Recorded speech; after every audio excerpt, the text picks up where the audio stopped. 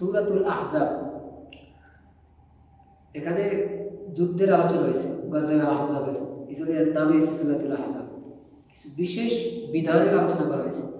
এই জমানায় সবচেয়ে বেশি মানুষ এই ইসলামের যে বিধানটা নিয়ে কটাক্ষ করে, পর্দার বিধান, পর্দার ব্যাপারে সুন্দরভাবে আল্লাহ তাআলা বিধান বলে গেছেন। যে সূরাতে, ওই সূরার নাম সূরাতুল আহজাব। এই জন্য আপনারা কোনো ভাইয়ের সাথে যদি কথা বলতে হয় তো কথা নিজেরা বাড়াইবেন না, বলবেন সূরা আহজাবটা পড়ে, বাস।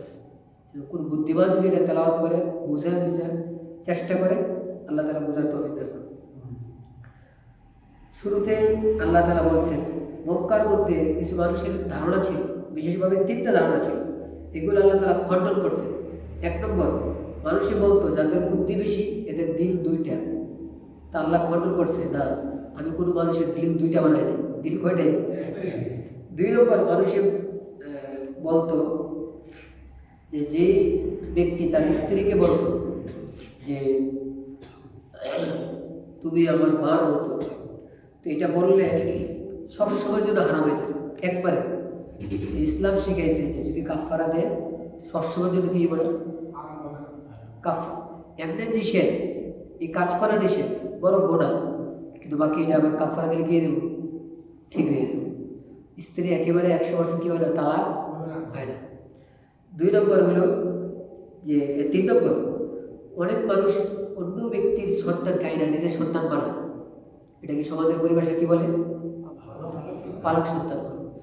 তো এরা আরবরা পালক সন্তানকে আপন সন্তানের মতো সম্পত্তির ভাগ দিত।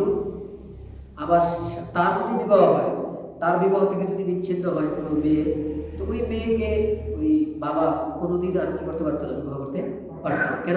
ছেলের বউ, তারপরে হাকিকি বাস্তব ছেলের মতো মনে করতো। তা আল্লাহ বলছে, কোনো ব্যক্তি যে কিনা তোমার ছেলে না, সে কোনোদিন ছেলের মতো হইতে আদর করতে পারেন, সহযোগিতা করতে পারেন, কিন্তু ওই ছেলের যে হুকুম, তার সেই হুকুম হবে পরে কিন্তু বেশ লাগবে। যেমন আমার কয়েকজন জিজ্ঞাসা করছে, তো আমি বলছি, এই ছেলেকে আপনার স্ত্রীর দুধ পান করছে ছোটবেলা বাচ্চা থাকাকালে? কয় না। তাই বলছে আপনার স্ত্রীর সাথে তার পর্দা করতে হবে। তো নিজের ছেলের মতো ঘরের ভিতরে জায়গা দিছে, তো সে তো তার মা মতো করে মার সাথে কথা বলতেছে, ঠিক আছে, বন্ধের সাথে কথা বলতেছে, জায়েজ নেই। আল্লাহ বোঝার তৌফিক দান করেন। এরপরে আল্লাহ তাআলা আলোচনা করছেন খন্দকের আলোচনা। কাফেররা বিভিন্নবার চেষ্টা করছে ইসলামকে, মুসলমানদেরকে শেষ করার। একবার এমন হয়েছে যে নিজেরা শুধু আসছে মক্কার কাফেররা, এমনটা আশেপাশের যত গোত্র আছে মুসলমানদের শত্রু সবার একসাথে করছে। আর মদিনার ভিতরে যারা আছে এদের এক গোত্রের সাথে এরা আলোচনা করছে। আলোচনা করে এদের সাথে আপনার কোনো কোরাইজার সাথে খাতির লাগাইছে, নিজের পক্ষে নিয়েছে। তাহলে ভিতরে শত্রু বাহিরে শত্রু, মুসলমানদের কি অবস্থা হয়েছে? এখনো কিন্তু আমাদের বাহিরেও শত্রু আছে, ভিতরেও শত্রু আছে, ঠিক না ভাই? কি পরিমাণ সাবধান হওয়া উচিত। তো আল্লাহ তাআলা ওই যুদ্ধে এরা ভাবছিল এমন মুসলমানদেরকে একেবারে শেষ করে বলে, আল্লাহ তাআলা শেষ পর্যন্ত 1 মাস লম্বা হয়েছে যুদ্ধটা। শেষে আল্লাহ তাআলা তুফান দিছেন, বৃষ্টি দিছেন, এরা শেষ পর্যন্ত কিছু তাঁবুটা উড়ে গেছে, পরে তাড়াহুড়ো করে হাতে ভেঙে চলে গেছে। আল্লাহ তাআলা হুকুম দিয়েছেন, যারা ভিতরে থেকে গাদ্দারি করছে তাদেরকে ধরেন।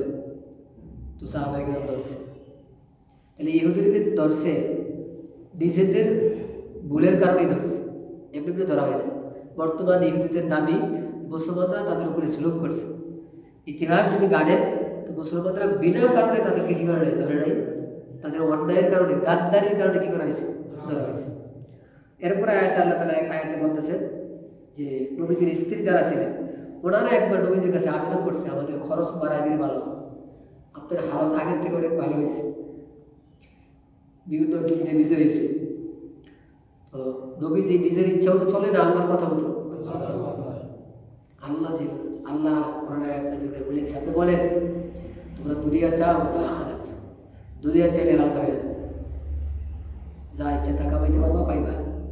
আমার চাও তাহলে যা পাইবা তাই কি করতে হবে, বাইরে নিতে হবে। তো নবীদের স্ত্রী যারা আছে একজনও বলে নাই যে আমরা দুনিয়া চাই, সবাই বলছে আমরা আখিরাত চাই, বাইরে নিচ্ছি। সুবহানাল্লাহ।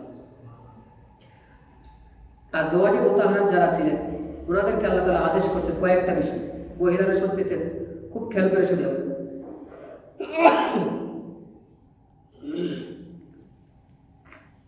এক নম্বর, কোনো পুরুষের সাথে তো কথা বলার দরকার নেই, কিন্তু কখনো কখনো এমন হয়ে যায় কথা বলা ছাড়া আর কি নাই, উপায় নেই। যদি এমন পর্যায়ে আসে তা আল্লাহ বলে দিয়েছে এমনভাবে কথা বলবো না যে কথার মধ্যে আকর্ষণ পয়দা হয়, খিটখিটে মেজাজে কথা বলো, তাইলে আর যার সাথে কথা হইব তার দিলের ভিতরে কোনো মানে খারাপ ধারণা আসবে না। এটা এক নম্বর। 2 নম্বর, নিজের ঘরের ভিতরে থাকো। 2 নম্বর। 3 নম্বর, জাহিলিয়াতের মতো এরা যখন বাইরে হতো পর্দা ছাড়া নিজের সৌন্দর্য সবাইকে দেখায়া সাজগুজ কইরা স্টাইল করে হাঁটতে যেত, তোমরা এই কাজ করো না। 4 নম্বর, নামাজের গুরুত্ব দিবে। 5 নম্বর, যাকাত আদায় করতে বলছে, দান করতে বলছে। 6 নম্বর, আল্লাহ এবং আল্লাহর রাসূলের আনুগত্য করতে বলছে। এই কথাগুলো যদিও নবীদের স্ত্রীদেরকে বলা হয়েছে, কিন্তু উদ্দেশ্য সবাই, সমস্ত নারীরা। আল্লাহ তাআলা আমাদেরকে মানার তৌফিক দান করেন। আহলে বাইতের আলোচনা করছেন। আল্লাহ তাআলা বলতেছেন আহলে বাইতকে আল্লাহ তাআলা চাইতেছেন পবিত্র করতে, তাদের কাছ থেকে গোনাকে নাপাককে দূরে সরাই দিতে। আহলে বাইত কারা? আমাদের বিভিন্ন জায়গায় আছে পাক পাঞ্জাতন বলে, এই পাক পাঞ্জাতন বলে বোঝায় আহলে বাইতকে। তো আমার ভাইদের শব্দটা সুন্দর না, কেন? পাক পাঞ্জাতন বলে বোঝায় 5 জনকে, আহলে বাইত 5 জন না। কেন? আহলে বাইতের প্রথম নাম্বার, প্রথম সিঁড়িতে যারা, এরা হলেন নবী মুহাম্মদুর রাসূলুল্লাহ সাল্লাল্লাহু আলাইহি ওয়াসাল্লামের স্ত্রীগণ। তো স্ত্রীগণ তো আছে 11 জন, 5 কোথায় আর 11 কোথায়? স্ত্রী যদি 11 হয় তাহলে নবীজির সন্তান আছে না, 3 ছেলে 4 মেয়ে, কত হইল? 7, 7 আর 11 18 জন। এরপরে আবার সন্তানদের সন্তান আছে, এরপরে আবার মেয়েদের জামাই আছে 3 জন জামাই। তা আমি করছিলাম মনে করেন 30-32 কাছে আছে, এই পরিমাণ আহলে বাইত। তাহলে পাক পাঞ্জাতন শব্দটা বইলা বাকিদেরকে কি করা হইলো? ছোট করা হইলো, বাদ দেওয়া হইলো। তাই সুন্দর না। আল্লাহ তাআলা বুঝার তৌফিক দান করেন। আল্লাহ তাআলার পক্ষ থেকে আদেশ যদি আসে, নবীর পক্ষ থেকে যদি আদেশ আসে, তাহলে কোনো মানুষের এই ক্ষমতা নাই যে আদেশটাকে কি করবে? অমান্য করবে। কারো ক্ষমতা আছে ভাই? কারো ক্ষমতা নেই। নবীজি চাইতেছিলেন নবীজির ফুফাতো বোনের সাথে যায়েদ রাদিয়াল্লাহু তাআলা আনহুর বিবাহ দিবেন, এটা নবীজি চাইতেছিলেন। কিন্তু যায়েদ রাদিয়াল্লাহু তাআলা আনহুকে ধরা হইতো যে উনি আজাদকৃত গোলাম, আজাদকৃত গোলাম ধরা হইতো। আর নবীজির ফুফুয়াতো বোন খানদান, ওরা অনেক উঁচু কোরাইশ বংশ। এই ছেলের সাথে বিবাহ করতে গিয়ে ওনার একটু, বিশেষভাবে ওনার ভাইয়ের ভালো লাগতেছিল না। আল্লাহ তাআলা আয়াত নাযিল করে বলছে কোনো মানুষের এই অধিকার নাই আল্লাহ রাসূলের ফায়সালার সামনে কথা বলবে, কারো এই অধিকার নেই। এই আয়াত নাযিল হওয়ার সাথে সাথে বইনও বাইনা গেছে, ভাইও বাইনা গেছে, সামনে রাজি আছে, বিবাহ হয়েছে। বাকি 2 জনের বলিমনা হয় না। শেষ পর্যন্ত নবীজির কাছে আসছে, আয়েশা বলতেছে ইয়া রাসূলুল্লাহ, বলতেছে না আপনি কি বলেন, ছেড়ে দিলে তালাক দিয়ে দিলে কেমন হবে? নবীজি বলছে আল্লাহকে ভয় করুন। এখান থেকে আমাদের সবার একটা বিষয় শিক্ষা নেওয়া উচিত, তালাক দেওয়ার পরে হুজুরের কাছে আসা উচিত না, তালাক দেওয়ার আগে হুজুরের কাছে আসা উচিত। কথা কষ্ট পেয়ে নেই। প্রত্যেক ব্যক্তি আমাদের সাথে যোগাযোগ করে, হয় ফোনে, আপনার নিজে আসে না, লোক পাঠায়, কি তালাক দিয়া বলেছে। ভাই আপনার এই মুহূর্তে যে আসছেন এর চেয়ে কোটি গুণ বেশি দরকার ছিল তালাক দেওয়ার আগে আসে। আগে আসলে একটা সমাধানের কি বাড়িত, রাস্তা বাড়িত। পরে আসলে যদি এমন টাইমে আসেন যখন সমাধান নাই, তখন মাসলা কি ভাই আমাদের এসে বলে হুজুর একটু বাঁচাই দেন। বাঁচাই দেন মানে পৃথিবীর কোনো আলেম যেভাবে মাসলা সেভাবে বলতে, উল্টা বলার তার অধিকার নাই। নবী নিজে কি করেন নাই, উল্টায় নাই, তাহলে আলেমদের অধিকার আছে উল্টানো? কারো অধিকার নেই। আল্লাহ তাআলা আমাদেরকে বুঝার তৌফিক দান করেন। ওকে আল্লাহ তাআলার ফায়সালা শেষ পর্যন্ত বলিমনা হয় নাই, আলাদা হয়ে গেছে।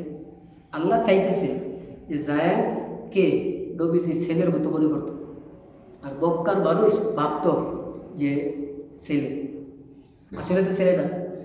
আর ওনার স্ত্রী যে আলাদা হয়ে গেছে, আলাদা হয়ে যাওয়ার পরে ইদ্যুৎ পালন করে যখন শেষ হবে, তার সাথে নবীজির যদি বিবাহ হয়, মানুষই তো খারাপ বলবো, মানুষ বলবো ছেলের বিবি কী করছে, বিবাহ করছে। তো মানুষের ধারণা তো আল্লাহ তাআলা কি করবেন? খণ্ডন করবেন। এই খণ্ডনটা নবীকে দিয়া খণ্ডন করা সম্ভব। নবী যে নিজে বলছে কিন্তু আমলটা নিজে করে নাই, তো অন্য কোনো ব্যক্তি আমল করতে রাজি হবে। এই জন্য বিশেষ বিশেষ কিছু জায়গায় যার কথা সবাই মানে উনি যদি আমল করে দেখায় তো মানুষের আমল করতে কি হয়? সুবিধা হয়। আর যাকে সবাই মানে উনি নিজে আমলটা করে নেয়, তো বাকিদেরকে যদি বলা হয় তো অনেকে আমল করতে অনেক সময় মন চায় না বা পিছায় থাকে, চুপ থাকে। তো আল্লাহ তাআলার হুকুম হয়েছে পরবর্তীতে নবীজি ওই যায়েদ বিনতে জাহশ রাদিয়াল্লাহু তাআলা আনহাকে বিবাহ করছে। ওনার কিন্তু ফজিলত, এই বিবাহটা সরাসরি কে পড়াইছে? আল্লাহ। উনি এটা গর্ব করে বলতেন যে নবীজি অন্য কোনো স্ত্রীর বিবাহ ডাইরেক্ট কে পড়ায় নাই? আল্লাহ পড়ায়। আমার বিবাহ কে পড়াইছে? আল্লাহ পড়াইছে। উনি গর্ব করে বলতেন। নবীজি শেষ নবী। আমার আপনার নবীকে কোনো ব্যক্তি যদি নবী না মানে সে যেরকম বেঈমান, নবী মানছে কিন্তু শেষ নবী মানে নাই, সেও কি হয়ে যাবে? শেষ নবী না মানার কিন্তু কয়েক স্বরূপ। কেউ আছে মুখে বলবে আমি শেষ নবী মানে না, আর একজন আছে মুখে বলবে না কিন্তু দিল থেকে শেষ নবী মানে না। এমন এমন আচরণ দেখাইব যে আচরণের ফলাফল এটা যে নবীকে নবী মানে কিন্তু নবীকে শেষ নবী মানে না। এই জন্য আমাদের খুব সাবধান হওয়া উচিত। আল্লাহ তাআলা নবীদের সিফাত বয়ান করছেন। এরপরে আল্লাহ তাআলা এক আয়াতে নবীদের জন্য আল্লাহ তাআলা বিশেষ হুকুম বয়ান করছেন কি? 4-এর চাইতে অধিক স্ত্রী রাখার অধিকার আছে কার? নবী। 2 নম্বর মালে ফাই, যেই মালটা যুদ্ধ ছাড়াই মাল গনিমতের মাল হিসাব করছে, ওইটার থেকে যদি কোনো বাদী থাকে ওই বাদীটা নবীদের চাইলে বন্টন করার আগে কি করতে পারবেন? দিতে পারেন। এটা একক নবীর অধিকার। 3 নম্বর নবীজির চাচাতো বোন, ফুফাতো বোন, মামাতো বোন, এবারে খালাতো বোন যারা আছে এদের মধ্য থেকে ওই সমস্ত মেয়েই নবীদের জন্য হালাল যারা হিজরত করছে। আর যেই মেয়ে হিজরত করে নাই তাকে নবীদের জন্য হালাল বলে নাই। এটা নবীর জন্য বিশেষ হুকুম। এরপর আরেকটা হলো ওই সমস্ত মহিলা যারা নিজেদেরকে নবীর জন্য দিয়ে দিব, বলে যে আয়েশা আমি নিজেকে আপনাকে দিয়ে দিলাম, আমাকে বিবাহ করলে মোহর লাগবে না, তো ওইরকম নারীকে নবীজি বিবাহ করতে পারবো। এটা নবীর জন্য, আমার আপনার জন্য না। এরপরে আয়াতে আল্লাহ তাআলা বিশেষ হুকুম বলছেন মানুষের বাড়িতে যে আমরা যাই, বিশেষভাবে অনেক সময় দাওয়াত যদি হয়, দাওয়াতের সময় যাই আমরা একে অপরের বাড়িতে, তখন কিছু নিয়ম আছে। সংক্ষেপে বলতেছে, 1 নম্বর যাকে দাওয়াত দেওয়া হয় সেই যাওয়া উচিত, যাকে দাওয়াত দেওয়া হয় না সে যাওয়া উচিত। দাওয়াত দিছে একজন, গেছে 4 জন, তাহলে খানা যদি পাকায় থাকে একজনের, গেছে কয়জন? 4 জনের খানা লাগবে পেয়েছে। কথা বলেন। অনেক সময় এমন হইতে পারে যে একজনের খানা 2 জনে খাইলে অনেক সময় হয়, একজনের খানা যদি 4 জনে খায় তখন কিন্তু কষ্ট হয়ে যায়, পেঁচ লেগে যাবে। আপনার পেঁচ না লাগলেও ঘরওয়ালাদের পেঁচ লেগে যাবে। এটা 1 নম্বর। 2 নম্বর খানা খাওয়াবে কথার কথা জোহরের পর। আমি সকালবেলা ফজরের সময় বসে দিলাম, আমাকে দাওয়াত দিচ্ছে জোহরের পরে খাবার, তাই আমি সকালবেলা গিয়ে বসে থাকি, কিন্তু আমাকে সকালবেলা নাস্তা দিতে হবে, নাস্তার খরচটা আবার আলাদা হয়ে যাবে। খেয়াল করে যিনি দাওয়াত দিচ্ছে উনি কিন্তু বলবো না, কেন? লজ্জা আছে না, চোখের সরব আছে। বিষয়গুলো যদিও ছোট বড় হয় সময় মতো কিন্তু ছোট থাকে না, অনেক বড় আকার ধারণ করে। 2 বিষয়। 2 নম্বর। 3 নম্বর খানা খাওয়া শেষ, আমরা আইসা না খানা শেষ বসে গেছে, ওইখান থেকে আর উঠেই না, লম্বা আলোচনা করতেছে, তো তখন কিন্তু ডিস্টার্ব হয়ে। এই 3টা হুকুম বিশেষভাবে আল্লাহ তাআলা বলে দিচ্ছেন। আল্লাহ তাআলা এই হুকুম কিন্তু আজও আছে। আল্লাহ আমাদের এখনো মানা উচিত। আল্লাহ আমাদেরকে খেয়াল করার তৌফিক দান করে। নবীদের স্ত্রীদেরকে কেউ বিবাহ করতে পারবে না, এটা আল্লাহ তাআলা পরিষ্কার বলে দিয়েছে। এরপরে এক আয়াতে আল্লাহ বলতেছেন, ইয়া আইয়ুহান নাবিয়্যু কুল লি আজওয়াজিকা, আপনি আপনার স্ত্রীকে বলেন, ওয়া বানাতিকা, আপনার মেয়েদেরকে বলেন, ওয়া নিসাইল মুমিনিন, বলেন এর অর্থ কি? কিছু তো বুঝতেছেন? মুমিন স্ত্রী, মুমিন যত নারী আছে, তার মানে 1-2 জন না, সবাই। অনেক ভাইয়েরা বলে পর্দার বিধান শুধু নবীর বিবির জন্য, আর কারোর জন্য না। এখানে আল্লাহ বলতেছে সবার জন্য, আপনি আবার এটা কি যে আপনি নবীর বিবির সাথে কাজ করে দেবেন? সবার জন্য বলা হয়েছে, পর্দা করার জন্য। বড় কাজে এখন বাইর করা হয়েছে, বড় কাজ সুবিধার্থে বাইর করা হয়েছে। আসল উদ্দেশ্য শরীর জন্য ঢেকে থাকে, দেহ জন্য ঢেকে থাকে। এখন একজনে কোরআন পূজায় মানুষকে, আপনি কি আমাকে নবীর জমানায় বোরকা দেখাইতে পারবেন? চিন্তা করছেন? নবীর জন্য বোরকা সিলাইছে, নবীর জন্য আমার জামাও সিলাই নেই।